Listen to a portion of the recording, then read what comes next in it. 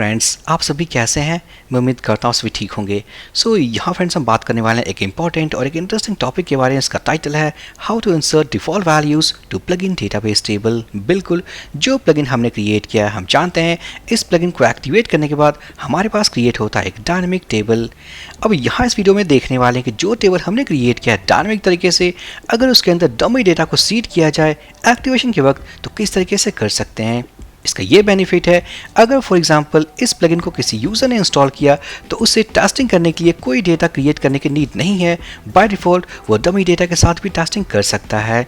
उससे पहले छोटी सी रिक्वेस्ट है, अगर आप इस चैनल पर नए हो, सब्सक्राइब नहीं किया है, फटाफट चैनल को सब्सक्राइब कर दीजिए। आपके सब्सक्राइब करने से मुझे प्यार और चैनल को सपोर्ट मिलता है। तो जैसा कि हम जानते हैं फ्रेंड्स, जो प्लगइन हमने क्रिएट किया है that is student management system. इस प्लगइन को एक्टिवेट करने के बाद जो टेबल हमने क्रिएट किया है that is WP student system. यहाँ पर तो वो डेटा है जो हमने क्रिएट किया था अपने पिछले वीडियो में। अब यहाँ क्या करने वाले हैं कि जब हम प्लगइन को मीन्स अनइंस्टॉल करके वापस से जब एक्टिवेट करेंगे, ऑन एक्टिवेशन जब टेबल हम क्रिएट करते हैं उस वक्त हम सीड करेंगे कुछ डमी डेटा। तो यहाँ फ्रेंड्स डेटा को इंसर्ट करने के लिए हम यूज़ करने वाले हैं MySQL इंसर्ट कमांड। चलते हैं एडिटर में, हम जाएंगे WP content, plugins, student management system और ओपन करेंगे प्लगइन मेन फाइल।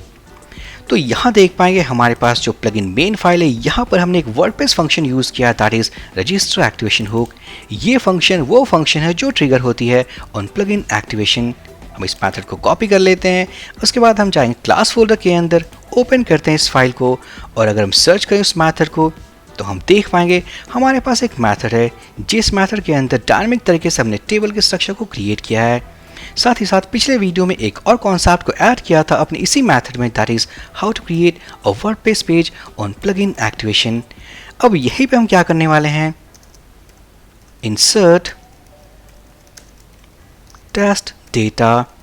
सो यहाँ पे लिखने वाला हूँ मैं एक insert command. So insert command equals to यहाँ होने वाला है एक MySQL इंसर्ट कमांड।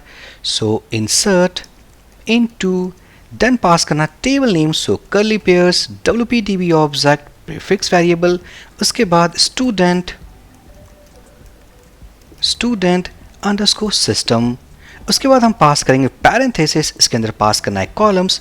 तो यहाँ फ्रेंड्स जो टेबल हमने क्रिएट किया है हम देख पाएंगे उसके अंदर जो कॉलम्स है that is ID, name, email, gender, phone number and profile image. तो यहाँ क्रिएट करना कुछ डमी डेटा। सो यहाँ मैं पास करने वाला हूँ केवल name, email, gender and phone number. तो हम यहाँ उन कॉलम्स को पास करने वाले हैं फर्स्ट। सो नेम, ईमेल, उसके बाद होने वाला है phone number and gender.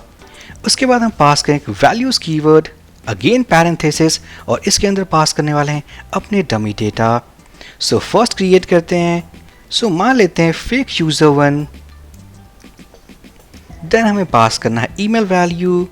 So fake user 1 @gmail.com। Then हमें पास करना है phone number. So something dummy value और एक जेंडर वैल्यू। तो यहाँ देख पाएंगे हमारे पास एक सेट ऑफ वर्ड है that is male, female and other. तो यहाँ मैंने पास कर दिया मेल। सो यहाँ देख पाएंगे हमारे पास फर्स्ट यूजर जो हमने इंसर्ट कर दिया है। इसी तरीके से इसी पैटर्न ऑफ कोड को मैं कॉपी करूँगा, कॉमा पुट करने के बाद हम इसे पेस्ट कर देंगे। एक और यूज़र क्रिएट कर लेते हैं। तो fake user 2 @gmail.com। Phone number थोड़ा चेंज कर देते हैं एंड दिस टाइम फीमेल, और इसी पैटर्न में हमें एक और यूज़र क्रिएट कर लेते हैं। तो मैं पेस्ट कर दूंगा कॉमा फेक यूज़र 3 और यहाँ होने वाला fake user 3 @gmail.com। Phone number हम चेंज कर देते हैं and mail is okay. So finally हमारे पास एक रॉ क्वेरी बिल्कुल प्रिपेयर हो चुका है। अब हमें इसे एग्जीक्यूट करना है। सो बिफोर एग्जीक्यूट हम क्या करने वाले हैं, इसकी टेस्टिंग। सो हम इसे कॉपी कर लेते हैं। कॉपी करने के बाद हम जाएंगे अपने एप्लीकेशन के अंदर, जाएंगे टेबल के अंदर और यहाँ ओपन करने वाले हैं MySQL टैब। MySQL टैब के थ्रू हम रॉ क्वेरी को डायरेक्ट एग्जीक्यूट कर सकते हैं अपने डेटाबेस के अंदर। तो यहाँ फ्रेंड्स मैं उसे पेस्ट कर दूंगा, थोड़ा जूम कर लेते हैं। तो यहाँ पर हम देख पाएंगे हमारे पास कुछ प्लेस होल्डर्स हैं, तो मैं रिप्लेस कर दूंगा इंसर्ट इनटू WP_student system। यहाँ हमारे पास कॉलम्स हैं जिनके अंदर वैल्यूज हम फीड करने वाले हैं और यहाँ पर हमारे पास 3 डिफरेंट यूज़र्स हैं. So first user, second user and we have third user. अगर हम क्लिक करें गो बटन तो हम देख पाएंगे 3 रोज इंसर्टेड. चलते हैं टेबल लिस्ट में तो हमारे पास वो सारे के सारे डेटा इंसर्ट हो चुके हैं. तो यहाँ क्या करने वाला हूँ, फर्स्ट हम जाएंगे अपने इस प्लगइन डैशबोर्ड के अंदर, क्लिक करते हैं प्लगइन्स, इंस्टॉल्ड प्लगइन्स.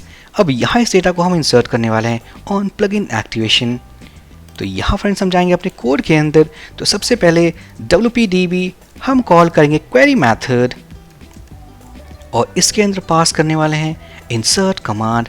तो होगा क्या, इस ऑब्जेक्ट के थ्रू हमने कॉल किया क्वेरी मेथड. ये जो कमांड हमने टाइप किया है ये इसके अंदर हम पास करेंगे तो ऑटोमेटिक तरीके से या एग्जीक्यूट हो गए इन सारे यूज़र्स को इस टेबल के अंदर सीड करने वाला है.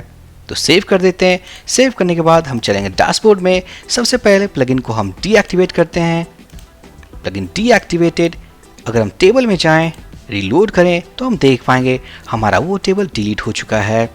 अब उसके बाद हम क्या करेंगे, वापस से इसे इंस्टॉल करते हैं. So click on activate, plugin activated. चलते हैं डेटाबेस में, रीलोड करेंगे तो हम देख पाएंगे हमारा टेबल क्रिएट हो चुका है. साथ ही साथ अगर हम रोज़ की बात करें तो हम देख पाएंगे रोज़ इक्वल्स टू 3. इसका मतलब ऑटोमेटिक तरीके से जो 3 फेक यूज़र्स जो हमने कमांड में टाइप किया था वो क्रिएट हो चुके हैं. सो सक्सेसफुली. ये काफ़ी इंटरेस्टिंग कॉन्सेप्ट है.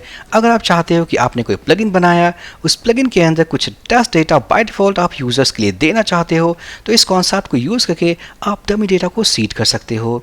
सो फ्रेंड्स, आई होप ये वीडियो काफ़ी इन्फॉर्मेटिव और इंपॉर्टेंट था. सो प्लीज़ लाइक कर दे, कमेंट कर दे, चैनल को सब्सक्राइब कर दे.